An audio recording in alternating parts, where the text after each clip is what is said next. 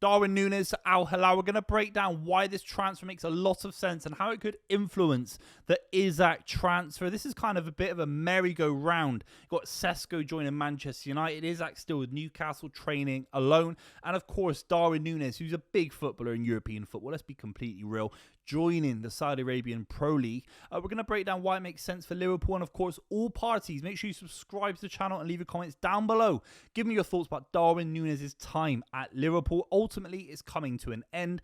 I'd say it's a transfer of frustration because you're looking at the kind of player that Liverpool signed. Someone that was powerful, marauding, had a finish on him with both feet, good in the air, aggressive, nasty, young. Obviously a certain kind of youthful quality to him as well.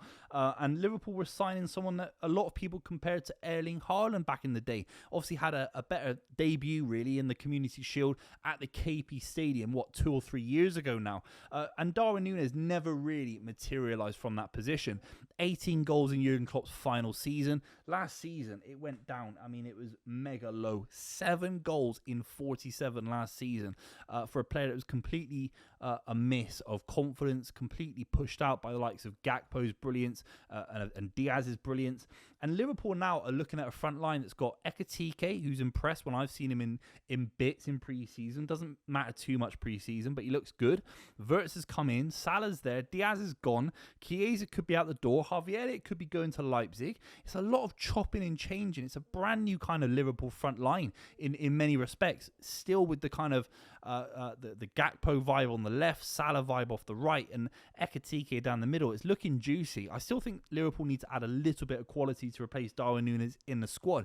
But you have to say, getting the money that Liverpool are getting for Darwin Nunez is outstanding business. Let's be completely real. £56 million Sky Sports are reporting. I think that's with all add-ons met if he hits certain targets. But let's just call it a rough 55 million pounds. Of course, the fee that they paid Benfica is close to, 85 million pounds. I know it's a loss. You can't always make profit in football. We can't sit here and say that Darwin Nunez has been an outrageous success. He's not been a 10 out of 10. I'm not going to say he's been a 5 out of 10 either. He's probably somewhere in the middle. Maybe it's a bit boring to say 6 out of 10, but maybe 6.5 out of 10. So if you get a 6.5 out of 10 transfer from Benfica, hasn't quite worked out, that's fine. He gets a big money move to Al-Hilal, which is fair enough for the player. He's done enough to warrant it. And then he helps you win a League Cup and a Premier League title, the second Premier League title in Liverpool's history. A league title that I always go on, bang on about, that was actually in front of the fans, which is really historic for many reasons, because the first one was in an empty stadium. So he's got a big, deep, kind of connection to Liverpool and Liverpool fans, and he's brought them unbelievable success. He was a big part of last season. I thought he linked up play very well. I thought he was aggressive in moments. He had little cameos where you thought, wow, maybe Liverpool should just keep him this summer and give him more opportunities, particularly if Diaz is leaving, Chiesa is leaving, etc. But it hasn't materialised. 7 in 47 is shambolic. And there are other players. I mean, you talk about Jack Grealish, a lot of pressure on him. He's technically classed as a forward, even though I don't really consider him a forward. Darwin Nunez is scoring 7 in 47. Jack Grealish had 3. So he's close to Jack Grealish numbers, who was injured for a large part of last season as well. Darwin Nunez stayed fit. He was mobile. He was aggressive. He was great in the press, particularly with Jurgen Klopp when he first came in. So he's been a big part of that Liverpool front three. It's a shame on some level as a kind of neutral looking at it, because he was meant to be the kind of next, almost maybe Luis Suarez, Fernando Torres. It didn't quite work out. And I think Salah went to a different kind of level where a lot of people thought maybe Diaz, Nunez, they were there to kind of replace Salah, and maybe Salah would have been out the door. Maybe at this point, Salah's making that move to Saudi Arabia, but instead Salah's kicked onto a whole different level. Let's be completely real. Wirtz has come in, and by the way, that's a testament to Salah's brilliance, because athletes at that age kicking into a whole different level. You think about Cristiano Ronaldo, first springs to mind, even Lionel Messi. Salah being able to kind of almost outlast the competition. An £85 million signing from Benfica. He's completely outlasted him, and Darwin Nunez is now out of the door because he just doesn't have the opportunities needed to kind of keep around at Liverpool, because it hasn't quite worked out. Ultimately, he needs to do more when he's in Saudi Arabia. He needs to work on his finishing. He needs to work on his confidence. Maybe in a couple of years, we look at a player that's completely changed, completely revolutionized, and he comes back to European football, because maybe playing in Saudi Arabian league just gets your confidence ticking over a little bit. He'll be playing with some top footballers for Al-Hilal, a side that knocked Manchester City out of the Club World Cup, of course, in the summer. Cancelo's in there, Milinkovic-Savic is in there, Mitrovic is in there. It's not a bad side. Neves is in there. I'm not saying the Saudi Arabian Pro League is a top 5 league in kind of European standards. It's not, but it's not bad in terms of quality. It's completely underrated. I think he could develop there, and for a couple of years, maybe he wants to come back. I could see him in Italian football, 100%. He was linked to AC Milan, of course, a few days ago.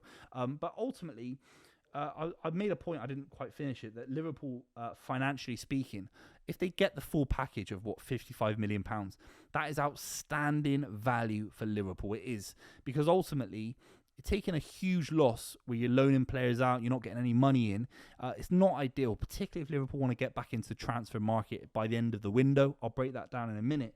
But ultimately, half your money, and he delivers, great success. He scored a load of goals for Liverpool, just not as much as we would have thought. 40 goals, 26 assists in 143. That is very productive. It's not world-class levels, very productive, and Liverpool have then made a bit of money back on him. It's not bad business in today's day and age, in the PSR era. And then we have to talk about certain conspiracy theories that the kind of bulk money at a potentially inflated price, which I don't agree with, could actually see Liverpool get enough money on the PSR books to go big back in for Isak, make a second move. Of course, Isak training alone right now.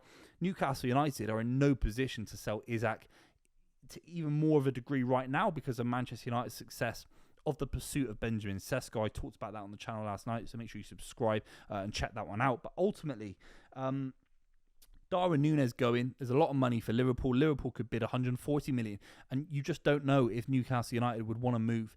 It's the jewel in the crown of the PIF in terms of what they're trying to do as a sporting project. Why would they let Isak go to Liverpool? It'd be absolutely crazy. Potentially giving them a lot of money for Nunez as well. Ultimately, Sesko might have also scuppered that deal.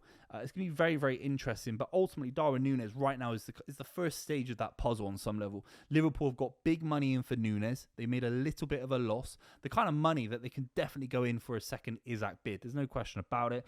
Their business out of the door is as impressive as the money coming in terms of transfers for Liverpool. You think about Harvey Elliott could be going to Leipzig, obviously trying to replace the likes of Javi Simmons. Quanza's big money for the kind of the lack of player that Arne Slot clearly thought he was. 30 odd million pounds for him. Kelleher, big money. It goes on and on really. Diaz was big money. Liverpool turned into a great buying club and a great selling club.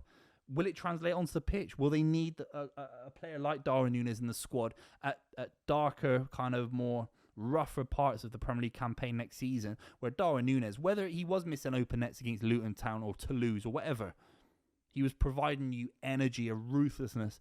Have Liverpool replace that in the squad with a young striker from Germany in Ekitike? I don't know yet.